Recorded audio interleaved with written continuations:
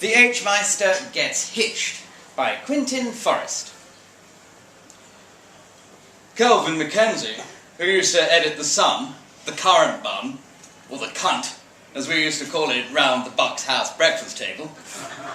Unusually, even the QE2 was okay with the term. Had this to say about us royals. They live in castles, they have 8 weeks off in the summer, they don't work, none of them has the slightest idea what it's like to be in competition at the office. Personally, being forced, aged 11, to traipse halfway across London behind one's mother's coffin will tend to put a chap off a tabloid. But was Mackenzie entirely wrong? Even a stop clock's right twice a day, and an ape, in theory, could write a sonnet, eventually. And one thing's for certain, the Gen Pop will have its pound of flesh. While, as Prince of the Realm, you're above the law in so many other ways, the Faustian pact you didn't sign up for goes like this. Sooner or later, you have to get married. I'd fought this for as long as I could. I'd even threatened to come out as gay at one point. That'd shut Buck House up for a couple of years. Now, though in this post-Elton John England, would even going full-op trans be an effective defence from the dreaded walk up the aisle? Besides, as the Sandhurst class of '05 will attest, I look bloody awful in a frock. And the Balmoral drug thing had been a major bish. Depressed by the arrival of Princess Charlotte and La Middleton's plans to shift me into the shadows as some sort of deviant, I've tried to off the other royals with poison hallucinogens. This, with hindsight, was poorly judged to move. Bonkers was the verdict. Takes after his mother. On the plus side, La Middleton was no longer speaking to me. Nor was great-grandpa Philip or the QE2. Dad and the uncles had seemed more sympathetic. Distressingly, Uncle Edward had said he admired my balls. But on the minus, there was the leverage Buck House had been looking for. Previously, they tried to find my weak spots. What was I afraid of? If you don't marry, Bluff Prince, you'll have to find work. I could handle that. Really? Doing what? Well, I'm a military man. I could run the doors of the ministry or something. The Ministry of Defence? We hardly feel that would be appropriate. I was thinking more of the Ministry of Sound. That, snap the beat, is not an option. We would have to hire security so you could be security. You stupid boy. I see. Look, listen, guys, if you could spare me the MI5 treatment, it's like one of those bloody awful spy dramas on BBC Two. Still, this sort of stuff was all grist to the mill. Father regularly calls MI5 a shower of bastards. Why have my letters been leaked? Again! And, given the family track record, few at Buck House were in a position to entirely insist on the virtues of wedlock. But that was before. After the Highlands incident, explained away as a food scare, but that could change. I was in the doghouse, big time. Long-term readers of my private journals will know I've got out of scrapes in the past, but this was different.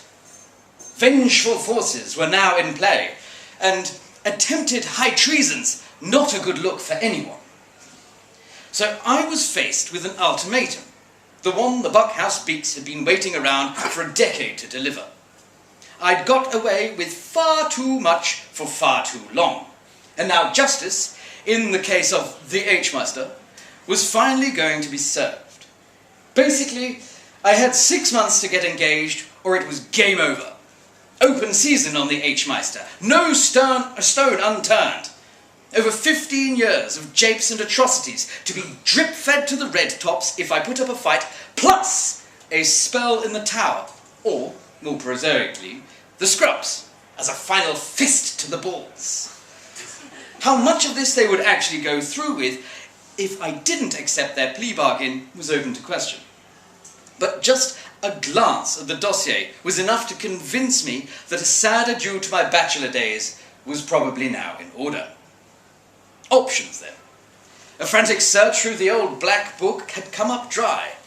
I was at daggers drawn with all the fillies I'd ever dated, or even shagged, and as for the Debs I'd asked out, but never quite sealed the deal with, that was not good either. I could, of course, have hooked up with an innocent, some blushing young thing from the right kind of family, and convinced her that most of the rumours were partly untrue, at least for long enough to put a glass slipper on her foot. But I guess we've all seen how that story ends. So this was the H-Meister up against it. Had a royal celeb been in this much hot water since the glory days of Richard III? In the court of the tabloids and social media, where justice was blind and mercy the name of a page 3 lovely, I was in danger of taking in Edward II. And then I remembered Delilah. Well, I say that. I'd never entirely forgotten about her, although I sometimes wished that everyone else had. During the summer of the London Olympics, in an attempt to repair my tarnished image after the whole business about Pippa Middleton's bottom at my brother's wedding, I'd agreed to appear on Celebrity Blind Date, where, in spite of Channel 4's efforts to pair me off with a bloke in a dress, what else did I expect? I'd picked Delilah, a single mum from an estate in Lewisham. After the show, we'd stepped out for a bit to the Blue Water Carvery, this strange other world, and I was papped at Alton Towers with her son, little Elton. But after a while, our love had faded. Okay, I'd got the commitment jitters and virtually begged the Red Cross to send me off on some fact-finding trip to parts of the globe where email's spotty and mobile reception poor. If anyone's wondering why I've been such an avid spokesbloke for Rwanda lately, now you know. As a result of my attack of conscience, the Gen Pop had learned in a series of interviews in Hello and the Tabs that I was no good in bed. But this apparently hadn't come as much of a surprise to anyone. And seeing as Delilah had parlayed her dalliance with the H-Meister into a promising career on reality television, I figured there couldn't be too many hard feelings. She'd moved to Basildon with the tabloid cash and was now a regular on The Only Way is Essex, so perhaps our romance could be rekindled. After a skinful, I made the call. Hello, is that Delilah? What fucker wants to know? Oh, little Elton, it's Harry. Mum says you're a bender. Didn't she mean on a bender? No. She says you're a nonce. I see. Could you put her on anyway? Or what? Look, I'll buy you an ice cream like I used to. Mum! The lad shrieked. It's a pedo on the phone! How old was this kid by now? 6 or 7? He seemed advanced for his age. Okay, look, I'll get you an iPad. And a gun? Yeah, an AK-47 and the selections of 9. Harry! Hissed Delilah, interjecting. Yup. How the fuck did you get this number? MI5? Figures! So, what do you want, Billy No Bollocks? Harry No Hard On? Delilah, I've been doing some thinking. Oh, that's the first time for everything. How difficult was this going to be? Obviously, very. Delilah, I realise now that perhaps I shouldn't have gone to Rwanda that time. Fuck you, you fucking bell end! Always a spirited filly, that Delilah. You broke my fucking heart! All I wanted was to be the people's princess. My mates was planning their bridesmaid dresses. And what have I got now? Towie! The exercise DVD! You mugged me off, you cunt! The exercise DVD? Google it, you knobber! Several minutes later, I was back on the line. The exercise DVD had proved to be rather diverting. I didn't say that, obviously. I'm not completely deranged. I'm just hinted at the broader possibilities. She was pleased, I think, at my renewed interest, if not exactly in the way that I was hoping for. A short while after she slammed the phone down, she texted me a photo of her gym-toned bottom. Always a bit of a sore spot, this, along with the message, "Read it and drool, arse bandit." Clearly, I had some grafting to do. Mackenzie wasn't wrong when he said that this role, anyway, doesn't like to work, but it had taken me 4 months of solid rejection to pluck up the courage to ring Delilah, and I was running out of time. How could I prove I'd changed when I hadn't, really? Well, I watched a lot of rom-coms. Pretty Woman, The Lot, the complete works of Richard Curtis. Lacrimosa Hours I won't be getting back, so no one can say I didn't suffer. From Sandra Bullock and Jennifer Aniston, I learned that in relationships, it's important to listen. During our next phone call, after 10 or so minutes about my crimes against humanity, I kind of tuned out. That almost counts as listening, right, guys? But then Delilah heard me snoring, and that was very much that.